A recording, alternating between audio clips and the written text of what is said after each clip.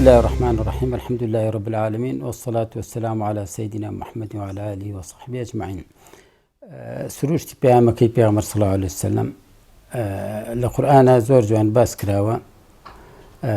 ئایا پەیامێکی ئاشتیانە بووە یا پەیامێکی یا پێغەمبەر وەکو دیعای لێکەن پێغەمبەری شەڕ و پێغەمبەری با بڵێن توند و تیژی و ئەوانە بووە. ئێمە بۆ وەڵامدانەوەی ئەوە کۆمەڵە شتەیە توانین بەکاری بێنین یا بگەڕێنەوە بۆ کۆمەڵە مەسائل. یەکێ لەوانە لۆژیک مەسەلەن، یەکێ لەوانە قورئان، یەکێ لەوانە بەڵگەی سیرەی پێغەمبەر صلی الله علیه وسلم، ژیاننامەی پێغەمبەر صلی الله علیه وسلم. یەکێکش لەوانە شایەتی ڕۆژهەڵاتناسان و نەیارانی ئیسلام، ئەوانەی کە منصفن و ئەوانەی کە دراسەی حقیقیان کردو، دراسەی با بڵێن ئەکادیمیان کردووە لەسەر ژیاننامەی پێغەمبەر صلی الله علیه وسلم. ئەمانە هەمووی بەڵگەن و دوای ئەوەش تەبەن حتا ممارسەی مسلمانان کە ڕنگدانەوەی مامەڵی پێغەمبەر بووە صلی الله علیه وسلم، ڕنگدانەوەی پەیامەکەی پێغەمبەر بووە لەگەڵ ئەو ملەتانەی کە کەوتنەوەتە ژێردەسەن. ئەمانە هەمووی ئەگەر پێکەوە دراسی بکەین هەمووی ئەومان پێگەنێ کە پێغەمبەری خوا صلی الله علیه وسلم پێغەمبەرێک بووە، پێغەمبەرێک بگووە هەمیشە ئەو هەدەفەی لەبەرچاو بووە کە هیدایەتدانی خەڵکیە. سەرەکترین ئاماجی پێغەمبەر صلی الله علیه وسلم لە ڕێگەی قورئانەوە کە نیشانێدات ئەوەیە پێغەمبەر پەیامی پێغەمبەر صلی الله علیه وسلم ڕەحمەت بووە، پەیامی پێغەمبەر بۆ هیدایەتدانی خەڵکی بووە، بۆ ڕێنماییکردنی خەڵکی بووە، بۆ وەرزگارکردنی خەڵکی بووە لە بڵێن لە نەهامەتی دنیا و بۆ وەرزگارکردنیان بووە لە ڕۆژی قیامەتا بۆ بەدەستهێنانی بەهەشت بووە. لەبەرەوە ناکرێنی پێغەمبەرێک ئەوە پەیامەکەی بێ و لە هەموو کاتێکە ئەو پەیامە ئامادە بوو لە زەهنی پێغەمبەر صلی الله علیه وسلم، لە هیچ کاتێکا تەنانەت لە کاتی شەڕە، لە کاتێکا کە زۆر ئەزیەتیان داوە، لە کاتێکا کە تەنانەت لە کاتی جێبەجێکردنی سزاکانە کە پێغەمبەری خۆمان جیاواز لە عیسا عەلەیه السەلام پێغەمبەرێک بووە ژیانی بە هەموو قۆناغەکانە تێپەڕیوە. ئەوانەی کەڵەن عیسا پێغەمبەری ئاشتی بووە، محەممەد پێغەمبەری ئاشتینە بۆ شەڕی کردووە، لەبەرەوەی نازان کە عیسا تەنیا 3 ساڵ پێغەمبەرایەتی کردو و لە سەردەمی لاوازیە بووە. یعنی ئەو سەر باڵێ پێغەمبەری خوا صلی الله علیه وسلم 13 ساڵ ئەگەر عیسا 3 ساڵ ئاشتی پەنای نەبردوتە بەرهێز و چەک و ئەو جۆر توند و تیژی، پێغەمبەری خۆمان 13 ساڵ ئەو تەجروبەی ممارسە کردووە. کەواتە نایە دوای پێغەمبەری خوا صلی الله علیه وسلم دەوڵەتی دروست کردووە، کە دەوڵەتی دروست کردووە سەرۆکی دەوڵەت بووە، قازی بووە، لەشکری هەبووە، لەشکریش دەوڵەتیش تر پێویستی بە یاسا هەیە، پێویستی بە مەسەن سزادانی تاوانبار هەیە، پێویستی بە بەرەنگاربوونەوەی دوژمن هەیە، پێویستی بە ینی پەنابردنە بەرهێز و پەنابردنە بەر قانون. لەبەرەوە ناکرێ ئەو بەراوردەیەکی لە ئەسڵە هەڵەیە. جا پێغەمبەری خۆمان صلی الله علیه وسلم کوتم لە هەموو کاتێکە ئەو معنایە ئامادە بووە لە زەهنیدا کە ئەم بۆ هیدایەتدانی خەڵکی نێراوە. تەنانەت قورئان زۆرجار گلەی ئەوەی لێکا گلەی لە نەرمونیانەکەی ئەکات. پێغەمبەر صلی الله علیه وسلم کاتیوە مەسەن لە هەندێک شتی کردووە خوا سوبحانه دوای گلەی لێکا فەرمێ نەئەبوایە وات بکردایە. من کۆمەڵی ئاەتەکانم ڕیز کردو، ینی کردمەتە چەند بەشێک لە ئاەتەکانەوە. بەشێکیان مەثەلەن ئەو ئاەتانی باسی سروشتی و پێغەمبەر پەیامەکەی پێغەمبەرەکەن. مەجموعەیەکیان باس ئەو ئاەتانەی کە باسی ئاگدارکردنەوەی پێغەمبەرەکە، هۆشیاردانی پێغەمبەر لە گەورەی ئەو ئەرکەی کە لەسەر شانێتی، گەورەی ئەو پەیامەی کە پێیەتی و گەورەی ئەو مەسئولێتی کە ئەکەوێتە ئەستۆی. بەشی سێمی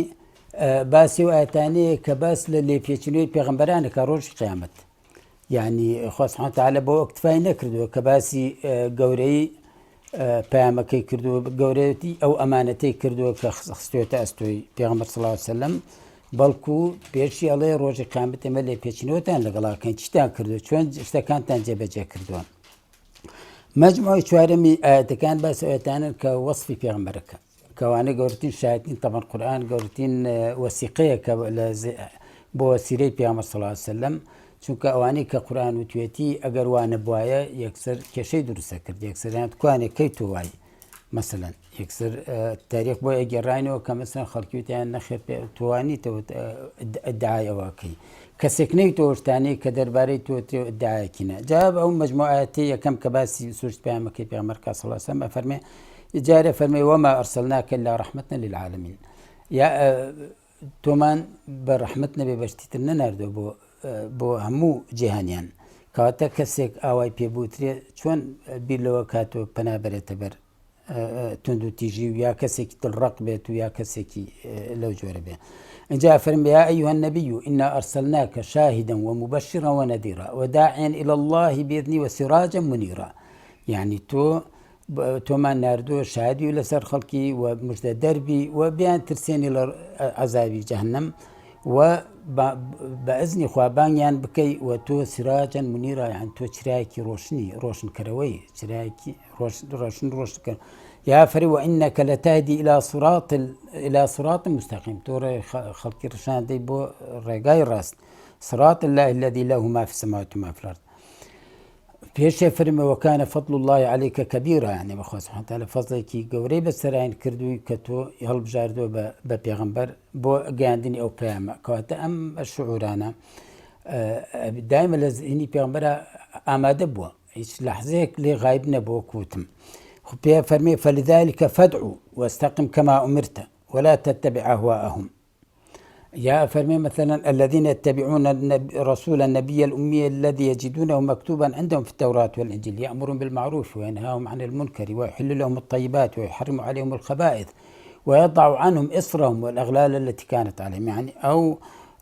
بابلين أو كوتو أو زنجيرو أو بابلين اشتق خرساني خراب وأستوي أواني أمتاني بيغمبر صلى الله عليه وسلم السريتي أواني لا بريت يكيك لوزي فكان أويا أما بنسبة مجموعية كما كباسي سورت بها مكي بها مركز صلى الله عليه وسلم أو تاني كباسي قوري أم بها مكان بسر بها مرة صلى الله عليه وسلم بها فرمي يا أيها المزمل هل كم روجوا قم الليل إلا قليلا نصفه أو انقص منه قليلا أو زد عليه ورتل القرآن ترتيلا إنا سنلقي عليك قولا ثقيلا إن ناشئة الليل هي أشد وطئا وأقوم قيلا إنا سنلقي عليك قولا ثقيلا يعني ترى مقصده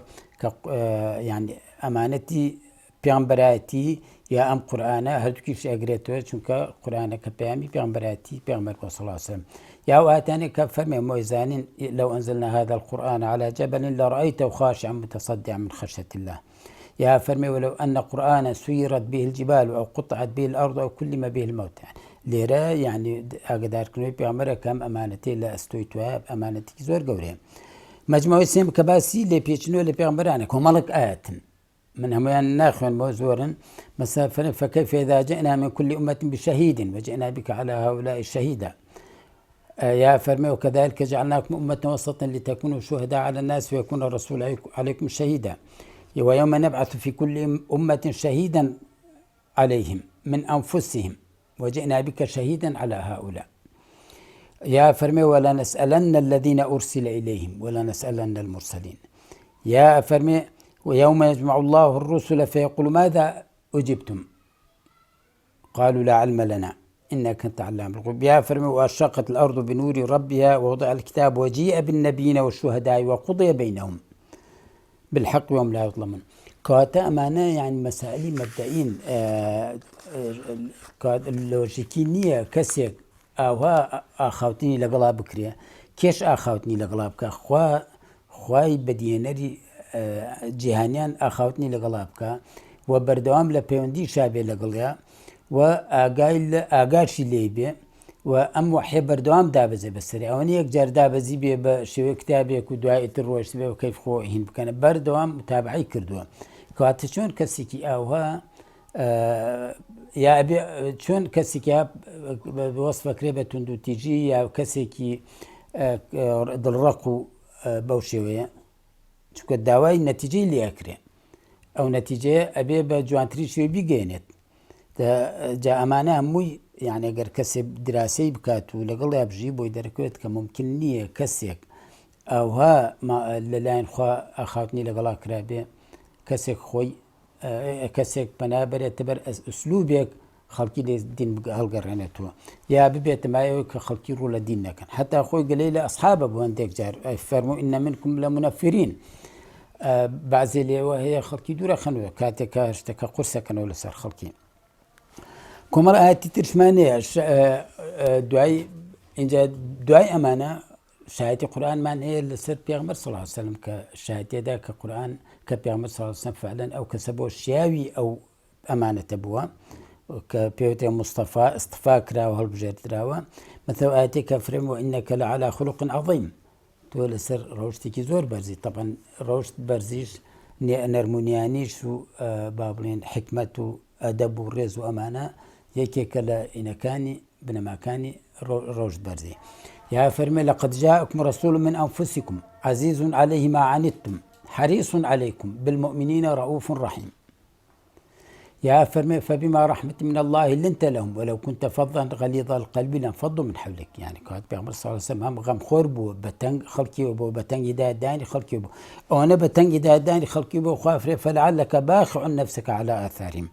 يعني خريكوات ليدي خو أكوجي لداخل أو نخفت أخوي لوي خلقي دواتنا كون يا خلقي بارد بينانن خلقي هداية ورناقرن کەواتەمانە کۆمەڵ ئاەتن باسی پێ شایەتنی لەسەرەوەی کە پێغەمبەری خوا صلی الله علیه وسلم کەسێکی نەرمونیان بووە کەسێکی خاوەنپەیام بووە کەسێک بووە هەدەفی ئامانجی سەرەکی هیدایەتدانی خەڵکی بووە لە کاتی وەکوتم لە کاتی گەرمەی شەڕە ئەگەر بیزانێ ئەمە گەر سیرەی پێغەمبەر یعنی بەشی دووەمی ئەگەر سیرەی پێغەمبەر بخوێنێ صلی الله علیه وسلم لە یەکەم ڕۆژی داوەکردنەوە تا ئەو ڕۆژەی ئەمرێ صلی الله علیه وسلم ئەم بینە لە زەهنی دوور ناکەوێتەوە ئەم هەدەفی دادانی خەڵکی لە کاتی شەڕە لە هەر کاتێکە ئەگەر حتا ئەگەر مەبەستەکەی لە ڕێی ئاشتیەوە لە ڕێ و توێژەوە بەدەستی نابێ پەنای نەبردوێتە بەر زۆر هێز با بڵێن فەرمودەی زۆریە باسی نەرمونیانیە کات ما دەخل اللین شيئا إلا زانه وما نزع من شيء إلا شانه يا إن الله يحب العبد رجل سمحا إذا باع سمحا إذا ابتاع سمحا إذا قضى سمحا إذا اقتضى يعني باسي السماحة دڵگەورەی هەموو ئەوشتانی پێغەمبەر صلی الله علیه وسلم يعني خۆی لە ژیانیا کردوێتی و بەردەوام ڕێنمایی دەوروبەرەکەی کردووە لە کاتی سزادان ئەگەر بۆی بکرایە زۆر جاریانی کاتێک کەسێ تاوانێکی کردووە پێغەمبەر صلی الله علیه وسلم زۆر حەزی کردو بینی خۆی خوا تۆبە بکات ئیقامی حەدی لەسەر نەکات لە کاتی شەڕە ئەگەر بزانە کەسێک یعنی ئەوەی ئەو قسەی کە بە ئوسامە ئەفەرمێت کاتی ئوسامە یەکێ لە بێبڕواکان ئەو کوژێ دوایە کە شایەتمان نەهێنێت پێغەمبەری خوا صلی الله علیه وسلم زۆر سەرزانشتیە کات کە تۆ چۆن کوشتە دوایە کە هیدایەتی هێنا کەلیمەی لا إله إلا الله بەرەو کوێ بێ کەواتە ئەمانە هەموو بەڵگەن لەسەر ئەوەی کە پێغەمبەری خوا صلی الله علیه وسلم ئەمانە بەڵگەی لۆجیکین لە لۆجیک و لە قورئانەوە کە ممکن نییە پێغەمبەری خوا صلی الله علیه وسلم کەسێکی تند و تیژ بوو بێت یا کەسێک بێت ڕق بوو بێت یا کەسێک بوو بێت حەزی لە کوشتنی خەڵکی بوو بێ تەنانەت کە لە فەتحی مەکا کە هینە بێت يعني زۆر خەفەتە خوا فەرمێوە حق قورێش ئەکەلەت الحەرب ئەکەلەت الحەرب وەمش سەد کەسی لێ نەکوژا قورێش بە درێژای ئەو ماوەی نبووەتی پێغەمبەر صلی الله علیه وسلم کەواتە یعنی ئەمە شتێکە حاشا هەڵنەگرێ کە پێغەمبەری خوا صلی الله علیه وسلم پێغەمبەری ڕەحمەت بووە خوا وەسفەکە پێغەمبەری ئاشتی بووە پێغەمبەری هیدایەتدانی خەڵکی بووە پێغەمبەری نەرمونیانی بووە پێغەمبەرێک بووە زۆر بەتەنگ خەڵکیەوە بووە زۆر بەتەنگ ئەوە بووە خەڵکی هیدایەت بێنێ و خەڵکی لە سزای